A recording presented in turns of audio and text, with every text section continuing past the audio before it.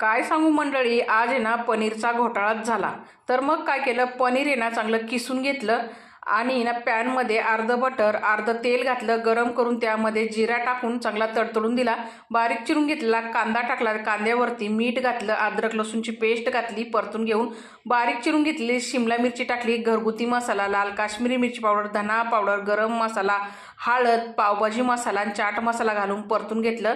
पिकलेला बारीक चिरून घेतलेला टमाटर टाकला, परतून घेऊन त्यामध्ये अर्धा ग्लास इतकं पाणी गरम करून टाकलं, झाकण देऊन मसाला चांगला शिजून घेतला। किसलेलं पनीर घातलं, मिक्स करून घेतलं। याच्यामध्ये आता मी अर्धा ग्लास परत पाणी गरम करून टाकलेलं आहे। झाकण देऊन चांगले पनीर वाफळून घेतलं, नंतर त्यामध्ये कोथिंबीर टाकली आणि चीज किसून टाकलं। तर मंडळी एकदम झणझणीत आणि टेस्टी असा पनीर घोटाळा तयार झालेला आहे।